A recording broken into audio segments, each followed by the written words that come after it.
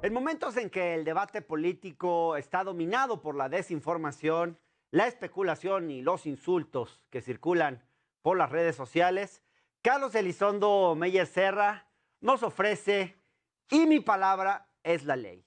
Un análisis serio con datos duros sobre los primeros 2 años del gobierno de Andrés Manuel López Obrador. Para conocer un poco mejor este texto, les dejo este trabajo de Pedro Bejarano.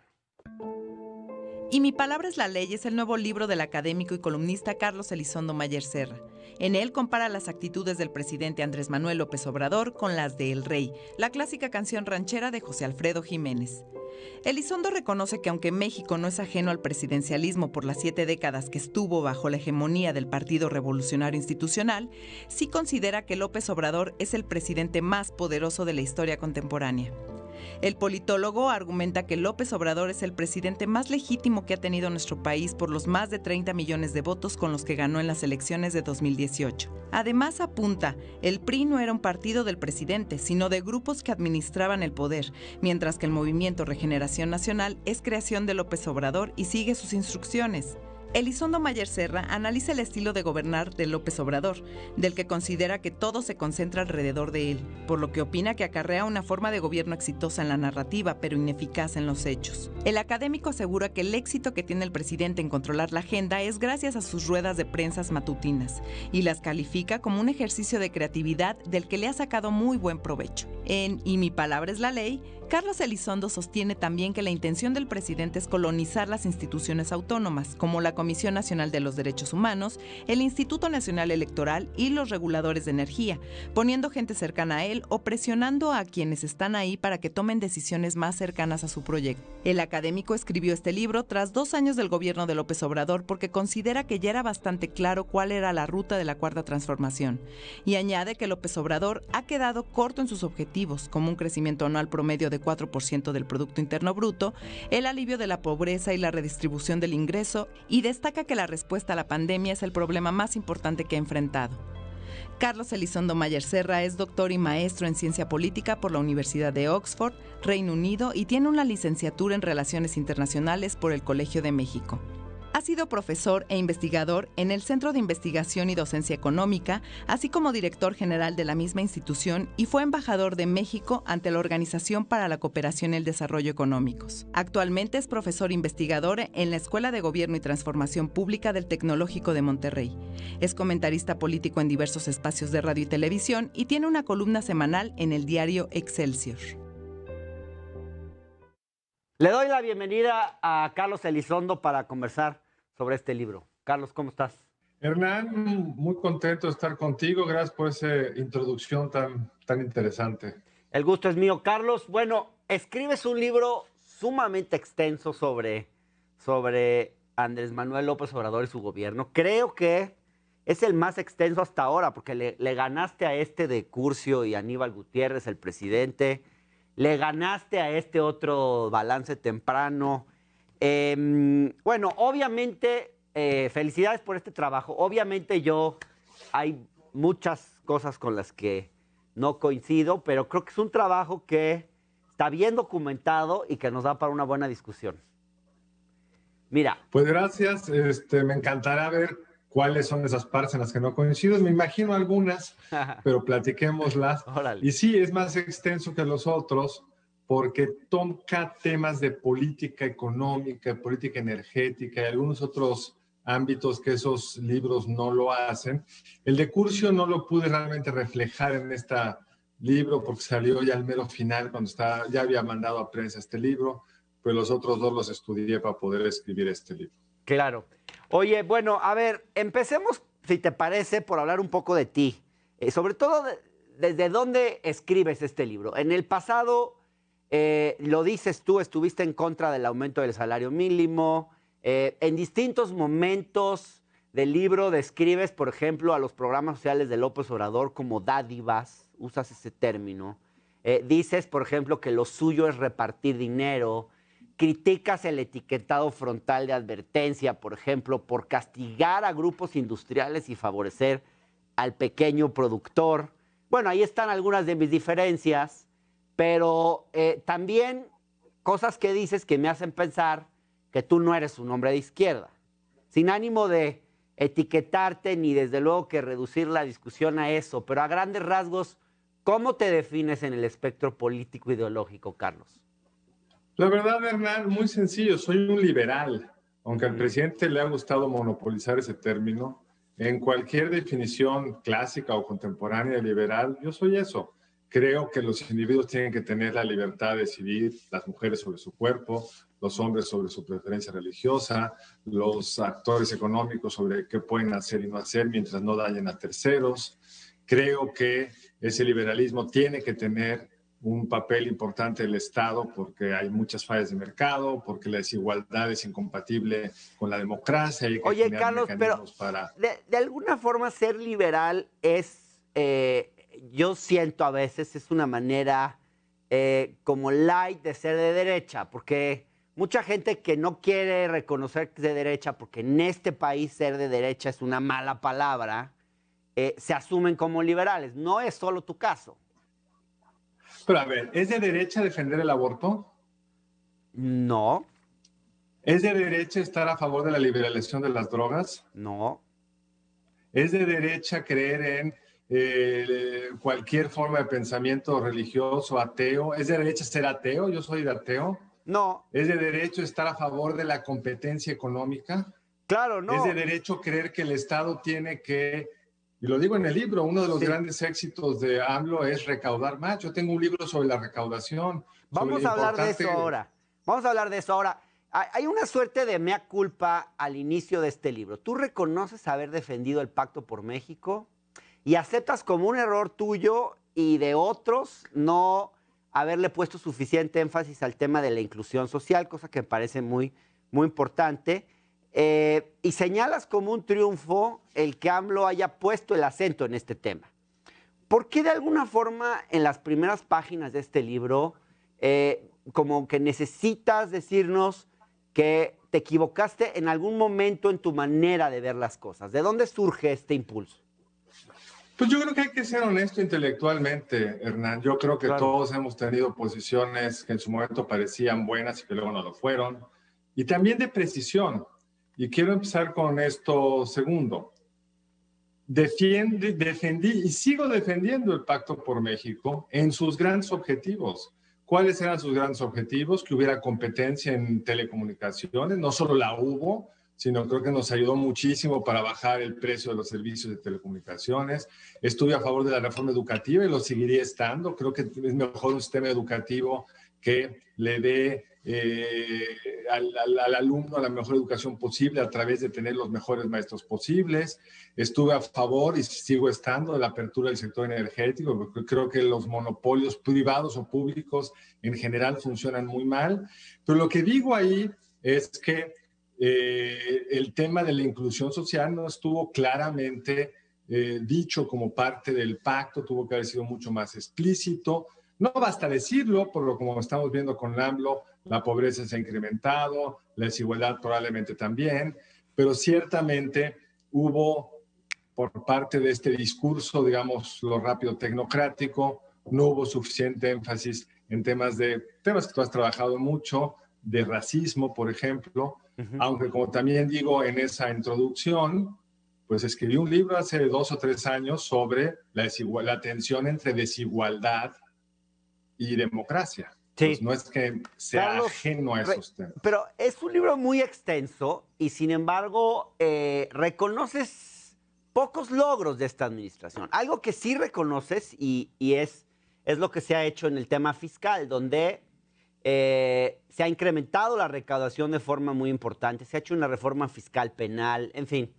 Pero tampoco a ese tema, Carlos, le dedicas un gran espacio.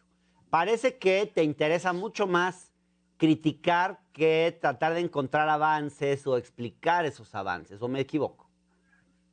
Pues mira, eso obviamente yo no lo veo así, pero te lo pondría distinto, Hernán. ¿Qué logro crees que no menciono? Porque tengo un capítulo completito, el 3, que lo que hace es decir, el presidente prometió que iba a crecer tanto, hemos crecido tanto. Sí. El presidente prometió que la seguridad le iba a pasar esto y pasó esto. El presidente dijo que iba a sembrar tantos árboles y solo ha sembrado estos. El bueno, te doy un ejemplo, Carlos. te doy un ejemplo, un avance que me preocupa mucho que alguien con tu inteligencia no pueda ver. Es el que tiene que ver con con el tema sindical. Me parece que es muy claro que en este libro subestimas la reforma laboral que ha emprendido esta administración. Y ahí me llama mucho la atención porque incluso dices que está buscando colonizar a los sindicatos, domesticar o colonizar a los sindicatos. Es una palabra muy fuerte y creo que no hay evidencias de eso. El hecho de que las centrales obreras afiliadas al PRI no hayan pretendido ser opositoras al gobierno, por ejemplo, no es culpa de AMLO. El hecho de que aparezcan nuevas centrales vinculadas a la 4T, como es la de Napoleón o la de Pedro Aces, no creo que implique un intento de colonización, digamos. A mí me parece sano que haya centrales sindicales nuevas, que se vinculen a... Y hay todo un avance ahí en el tema laboral que tú por algún motivo no ves. Y me llama mucho la atención porque es un tema que ningún gobierno de la transición se atrevió a hacer. Ni Fox, ni Calderón, ni Peña, nadie se atrevió a tocar esa estructura corporativa del Estado mexicano tan fuerte. Ni siquiera, bueno, los gobiernos de derecha. Y este gobierno lo está haciendo, digamos. Ha puesto una base muy sólida para la libertad sindical, para que los trabajadores puedan elegir a quién los va a liderar en sus sindicatos. Y sin embargo, tú ahí ves un intento de colonización incluso. Me llamó mucho la atención. Pues mira, vamos a ver cómo termina esto. Si a ti te parece un sindicato particularmente democrático, el de Napoleón, podríamos platicarlo. O un No hemos líder visto esa particularmente central. moderno y democrático, Pedro Aces, podríamos platicarlo. No, desde luego que no. Pero Y me parece que no hemos visto ningún ejemplo de verdadera democratización en los sindicatos. No sé cómo, no recuerdo cómo lo dije exactamente, pero me parece bien que haya elecciones y que los trabajadores estén representados por quien ellos quieran, pero hasta ahora no hemos visto realmente el surgimiento. Pues de hecho, en la naturaleza de Morena lo que más sorprende es la falta de autonomía de todos los grupos que participan ahí. Como discuto cuando se aprueba el TEMEC, pues solo hay 2 o 3 senadores disidentes. Un partido de izquierda que se construyó en torno de la crítica al libre comercio lo acaba abrazando, porque para mí una de las cosas más sorprendentes de este gobierno es la capacidad que tiene el presidente de dictar una línea y que todo el mundo lo acate. Y no hemos visto ese surgimiento de una, como lo dice muy bien Carlos Illán en su libro, no hemos visto un surgimiento de la democracia en ninguno de los ámbitos. Hay un buen... Carlos, hay un buen texto en Balance Temprano sobre la reforma laboral de Luis Emilio Jiménez Cacho, y él reconoce bastantes de estos logros, y no es un libro, digamos, muy obradorista. Yo creo que ahí, bueno, mi invitación es analizar ese tema, pero no me quiero detener solo ahí. Hay otro tema, por ejemplo, que me preocupó de tu libro, Carlos, que me sorprende que en el capítulo de política económica, por ejemplo, critiques una medida tan relevante como es la del etiquetado frontal, que advierte al consumidor de las propiedades alimenticias de lo que consume. Y tú dices que no está claro que ayuda a mejorar la salud, contrario a lo que dicen muchos expertos en el tema, y señalas que esto castiga a los grupos industriales y favorece al pequeño productor. Y yo digo, pues qué bueno que así sea, que se castigue por primera vez a los grandes productores. Mira, me da gusto y en cualquier caso, digamos, creo que, nada más para terminar, creo que lo que estás diciendo es que hay que ir quizás contra los puestos de tacos y tortas, pero la evidencia científica no muestra que sean esos los grandes causantes de la obesidad en este país, sino la comida procesada, la comida chatarra que producen los grandes conglomerados. Mira, me da gusto tener un lector tan acucioso, porque nadie, salvo tú, se dio cuenta en 500 páginas que le dediqué 3 párrafos, si acaso, a ese tema. Entonces, muchísimas gracias, Hernán, por leer con tanto cuidado. Lo que digo ahí es, 1, no hay evidencia científica de que esto vaya a resolver el problema de la obesidad. Yo discutí después, incluso haber escrito este libro, con varios de los expertos por otro tema, respecto a este tema. Y, por ejemplo, cuando tú pones el alto contenido en sal, lo que acaba terminando es que un jamón, que antes se cuidaban mucho de que tuvieran el consumidor la posibilidad de tener el jamón con menos sal, Aquí, una vez que pasas el umbral de alto contenido en sal, pues todos son iguales. Entonces, si tú vas y compras un jamón, te vas a dar cuenta que prácticamente todo dice en alto contenido en sal y el consumidor ya no puede discriminar entre los que tienen mucha sal o un poquito más de sal. Es el tipo de problemas que creo que habría que ver con evidencia científica. Está bien, si pero coincides pero en lo que digo acá por lo menos que ya haya etiquetado es un avance, habrá que perfeccionarlo. Pero lo que digo acá respecto, ¿es un avance o no? Habrá que ver, porque el etiquetado pasado también se venció como un avance y ahora resulta que no lo fue. Yo creo que es bastante más complicado el tema y los países que han puesto este tipo de etiquetados no lo han resuelto. Pero lo que iba en esa frase que agarraste, Hernán, es que pues, las fritangas de mercado no tienen etiquetado, ni siquiera sabemos qué sal, qué aceite y qué tienen. No voy a hablar si el taco. La fritanga industrial tiene un sello, la fritanga informal no lo tiene.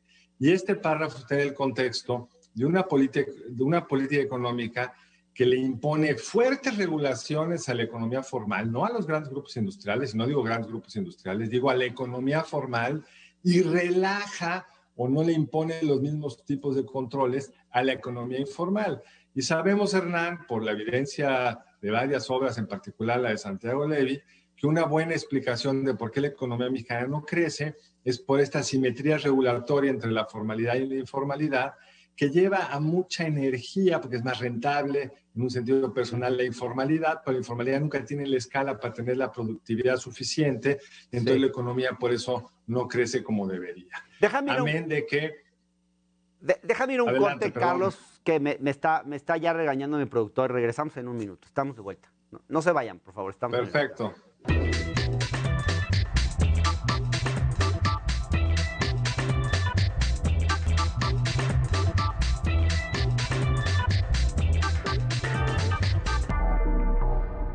Gracias, estamos en el Octágono platicando con Carlos Elizondo Meyer Serra sobre su reciente libro Y mi palabra es la ley.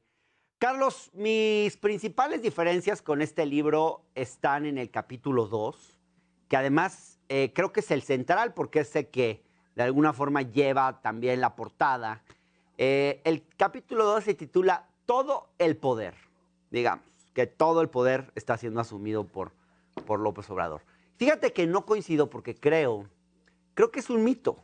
Si era un mito pensar en el viejo presidencialismo priista, donde supuestamente el presidente tenía todo el poder, que en realidad creo que no era cierto, porque había poder en importantísimos grupos, digamos, factores reales de poder, desde los gobernadores hasta el poder que tenía la CTM o los sectores corporativos, en fin. Entonces, si era un mito antes, pues yo creo que es más un mito ahora. A ver, pero ¿realmente este presidente tiene todo el poder o exageras un poco con ese título? Mira, y con el título del libro, todo el poder no significa, Hernán, que vivamos en un régimen totalitario.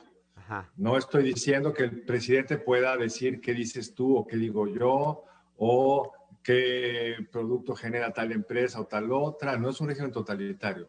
Todo el poder me refiero a las decisiones que toma el presidente, todas las ha podido terminar. El presidente quiso cancelar un aeropuerto, lo canceló.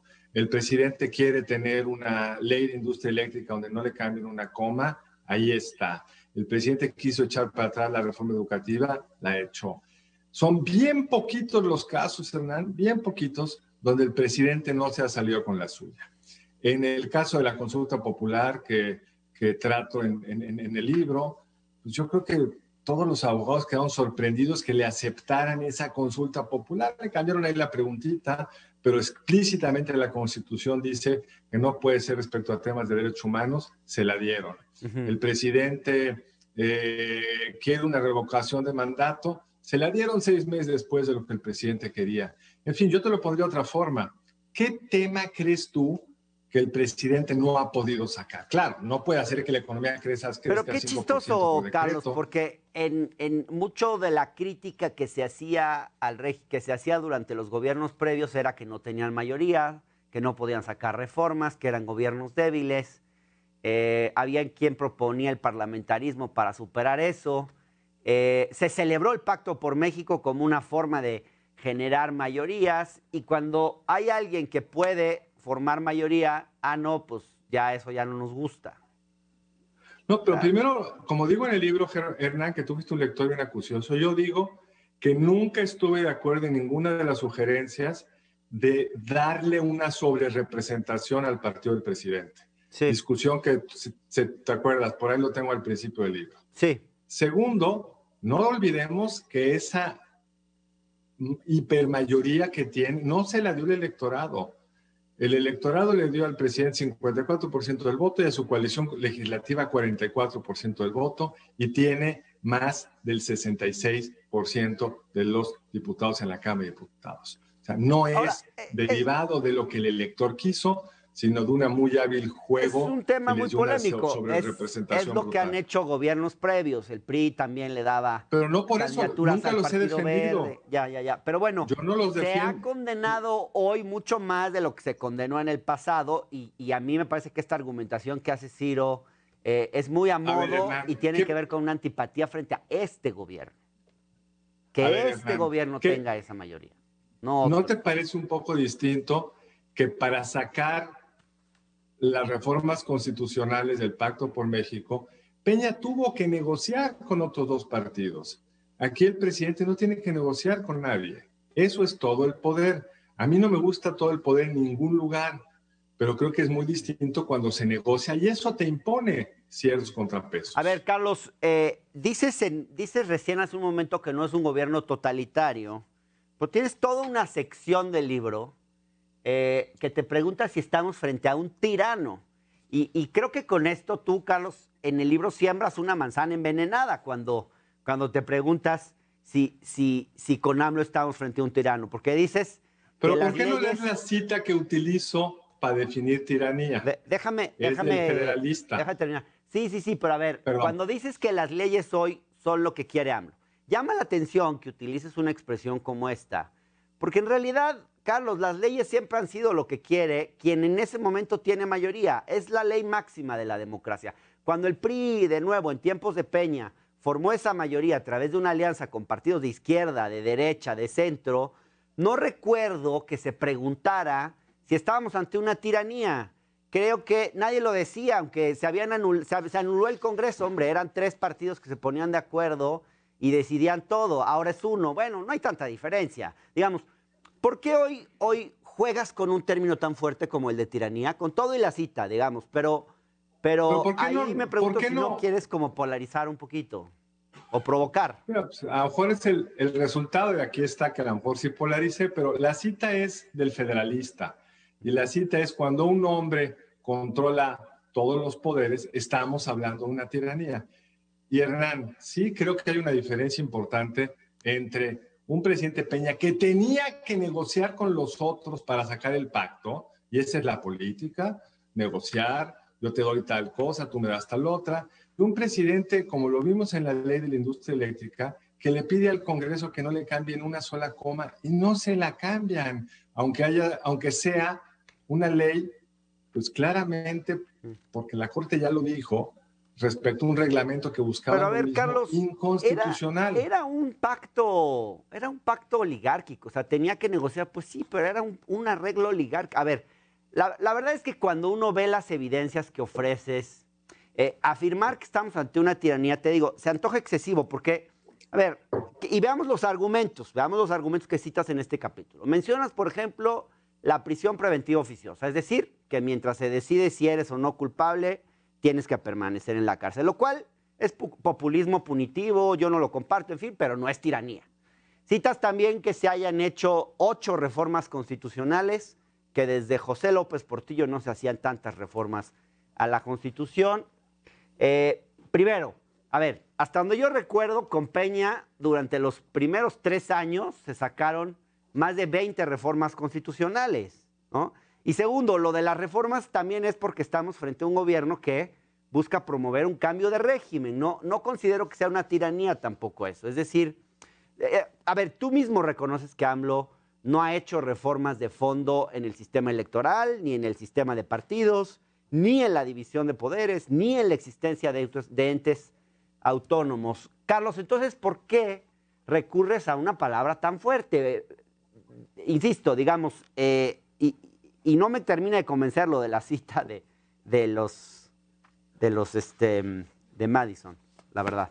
A ver, Hernán, la tiranía es solo en el sentido de esa cita. Ajá. Cuando alguien puede cambiar las leyes a su antojo, de acuerdo a esa definición de tiranía, estamos frente a un régimen que no tiene contrapeso. Eso me parece a mí no controversial. Las leyes hoy las dictan en Los Pinos y la Cámara de Diputados y la Cámara de Senadores hace lo que le pide. No era así en el Peña Nieto. Si era un pacto oligárquico o no, había una negociación. Cuando el PRD se bajó de la reforma constitucional en materia energética, tuvieron que hacer otra negociación y acabaron con una reforma energética distinta. Pero hoy también hay muchos temas que se negocian en la Cámara. Pero déjame terminar en este punto. Sí. Porque la gran diferencia, y lo digo en el libro, es que para negociar el pacto, el presidente tuvo que ceder cosas. Los órganos constitucionales autónomos son una forma de, sí, se fortalece la Comisión de Competencia Económica, pero no se la damos a un empleado del presidente para que no sea utilizado como una forma de presión a los empresarios, sino se haga de una forma técnica como es en otros países este tipo de órganos. Es justo, se le crea un contrapeso. Incluso podríamos regresar a otro pacto, que fue el pacto por la creación del INE y del IFE. Sí, los tres partidos se pusieron de acuerdo en tener nuevas reglas democráticas, pero la regla era, te limito a ti, presidente, para que no puedas tú organizar las elecciones. Lo podríamos llamar un pacto oligárquico, Hernán, pero es un pacto de gobernabilidad democrática que le permitió, entre otras cosas, al López Obrador ganar. A ver, Carlos, pero honestamente, ¿no crees que a veces cuando se trata de evaluar a la izquierda en el gobierno, en general, aquí y en otros lados, a veces el estándar de lo que es democrático se pone mucho más alto que cuando se trata de gobiernos de otro signo? O sea, realmente a veces me pregunto, ¿les preocupa la democracia, los contrapesos, o lo que les preocupa es que la izquierda tenga poder? ¿A ti te parece un gobierno de izquierda este gobierno, Hernán? En muchos aspectos sí, desde luego. ¿Cómo en cuáles? Híjole, pues no es debate, pero te podrías... He escrito un artículo donde cito por lo menos 15 o 20. No lo vi, desgraciadamente, pero dime 5 para que no nos perdamos. Híjole, pues si quieres nos vamos a debatir, pero a ver, la reforma laboral, el aumento del salario mínimo, la reforma energética nacionalista. A ver, vamos a pararnos en la reforma energética. No, pero a ver, no da tiempo de ir para cada uno, pero los programas sociales, la regulación del outsourcing, el etiquetado frontal de advertencia. A ver, hay muchísimos. Yo creo que no es esa la discusión, pero necesito ir a un corte y ya regresamos. Dame un minuto, por favor, Carlos. Ya volvemos. Gracias.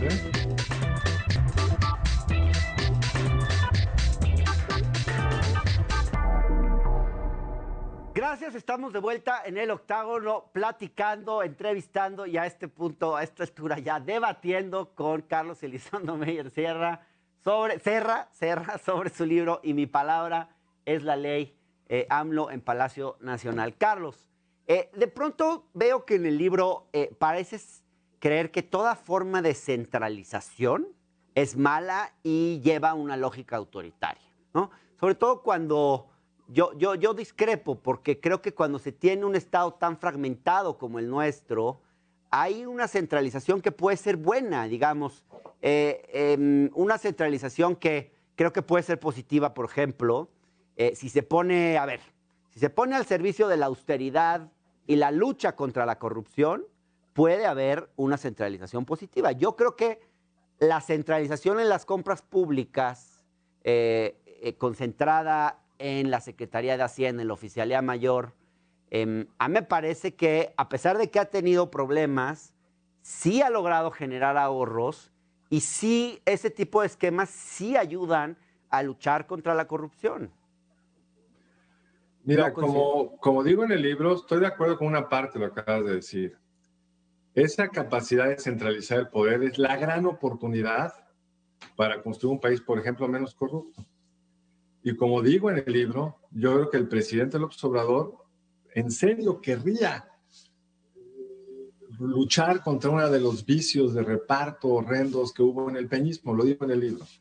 El problema es cuando todo depende de la persona y no se construyen reglas e instituciones, pues también sucede que ese poder se usa discrecionalmente, precisamente con más firmeza con el adversario político y con mucho menos firmeza con el amigo. Y ese es un sello viejo del gobierno mexicano, no digo que sea invento del López Obrador, pero lo que habíamos logrado hacer en el pasado, en principio, era, pues vamos a construir ese órgano poderoso, pero que no dependa de las instrucciones del presidente, porque ese uso político del poder suele minar las intenciones, anticorrupción, competencia económica, o lo que tú quieras y mandes. Ese es mi argumento central en contra de este tipo de centralización, ahora, porque no estás centralizando en el Estado, estás centralizando en el presidente. Bueno, en este caso las compras públicas se centralizan en la Secretaría de Hacienda, pero déjame darte otro ejemplo de centralización positiva, a mi juicio. Por ejemplo, el hecho de que funcionarios que antes no rendían cuentas en distintos niveles, ahora lo estén haciendo.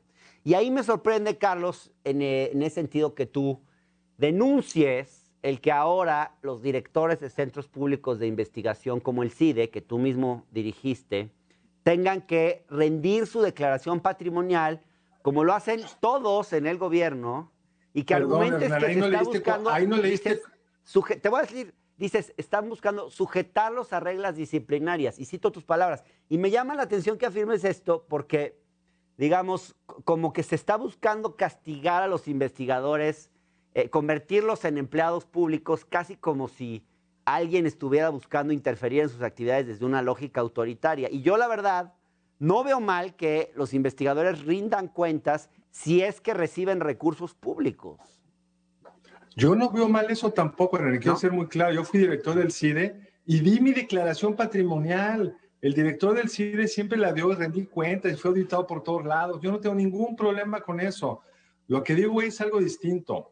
Les piden a los investigadores que vayan a decir cosas respecto al COVID que antes lo validen con su director. Cuando yo fui director del CIDE, los investigadores podían decir lo que quisieran, porque se llama libertad de cátedra, libertad de investigación. No se lo piden a los profesores de la UNAM, que bueno, no tienen por qué pedírselo a los profesores de los centros públicos de investigación.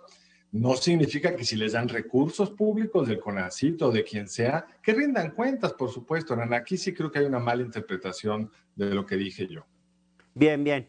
Ahora, otro de los temas, recurres mucho a la palabra colonización, ¿no? Y dices que AMLO le tiene temor a cualquier ente que no esté a su servicio, que le gusta mandar, ¿no? Y argumentas que ha colonizado los órganos autónomos con gente cercana a él para que le obedezcan, ¿no? Y dices, no ha dejado órgano autónomo con cabeza. Y de nuevo, aquí la verdad me parece que exageras. Primero porque hasta ahora no ha acabado con ningún órgano autónomo, digamos, y también otros gobiernos buscaron meter a su gente en los órganos autónomos. Peña intentó hacerlo varias veces. Y yo creo que lo que vemos, y tú lo citas, son embestidas verbales, que digamos que en el caso de AMLO, pues él embiste verbalmente contra quien se deje, contra todo el mundo. Y luego hablas de embestidas presupuestales. La verdad es que no le han recortado gran cosa al INE, no le han recortado gran cosa al INEGI, salvo que le han recortado como a todas las otras instituciones, pero no es como que están atacando el INE, lo están dejando sin dinero, yo no veo ninguna acción concreta, digamos, que vaya en sentido de vulnerar de forma grave la autonomía del INE. Hay un par de hechos aislados, pero no vienen ni siquiera de presidencia. Pero perdón, yo digo en el libro que en el INE sustituyeron bien a los consejeros. Ajá, bien. Y claro. digo que el INE ha mantenido su autonomía. Y digo en el libro que yo creo que se va a organizar bien la elección de este junio. Entonces creo que ahí... Pero fíjate lo que dices, fíjate lo que dices, más allá de todo, dices, por ejemplo, que en el caso del INE les pusieron un OIC, un órgano interno de control, cercano a ellos, digamos, cercano a Morena y muy crítico de las decisiones administrativas del Consejo General del INE. Pero eso es cierto, Hernán. Sí, pero me llama la atención porque a ver, esto se trata de tener un contrapeso, no se supone que los contrapesos están bien. A ver, Hernán. Le ponen uno y dice que no es de la gente que está ahí en el INE y entonces están atacando yo no dije su autonomía. No, yo lo que digo ahí es que el OIC es una gente no técnica cercana a la mayoría morenista, cuando esa posición tendría que ser un agente técnica elegido por la mayoría. Pero también digo que el Tribunal Electoral había sido colonizado por Peña, lo digo con todas sus letras, cito casos respecto a ello. Sí, y también digo que el Tribunal Electoral ahora, esa misma mayoría que estuvo al servicio de Peña, se ha puesto al servicio de Morena. Del 1 al 10, ¿cuánto te preocupa, digamos, la postura de este gobierno frente a los organismos autónomos? De López Obrador. Depende cuál. En la CRE, muchísimo. La CRE hoy hace lo que le pide la Secretaría de Energía, ¿o estás en desacuerdo con esa posición? No, pero no podemos generalizar para todos los organismos autónomos. Yo hago un argumento general y voy órgano por órgano, Hernán. En la síntesis apretada de tu pregunta, creo que se malinterpreta ese capítulo. Bien. Porque voy uno por uno. Digo, la Suprema Corte está en veremos, hasta le doy un argumento explicativo de por qué el ministro Saldívar hizo algunas cosas que a lo mejor no son estrictamente de derecho, pero para ganar espacio para hacer otras. Entonces creo que está siendo un poco injusto, la verdad. No, de verdad que he leído este libro con mucho interés. Me enfoqué en esta entrevista en los temas, digamos, donde tenía diferencias para que pudiera haber un poco de polémica esta noche, pero gracias, Carlos, por la conversación y es un texto que vale la pena, aunque uno no coincida con Carlos Elizondo, es un texto bien argumentado y bien planteado. Me parece que abona mucho a la discusión. Gracias, Carlos, por esta... Dime. No, muchas gracias a ti. Para mí es un placer discutir con alguien crítico como tú y espero poder en otra ocasión, y ya presencial, porque siempre esto del Zoom lo hace más difícil, poder ahondar en algunos de los puntos que también tengamos acuerdo, ojalá. Encantado, Carlos. Muchas gracias.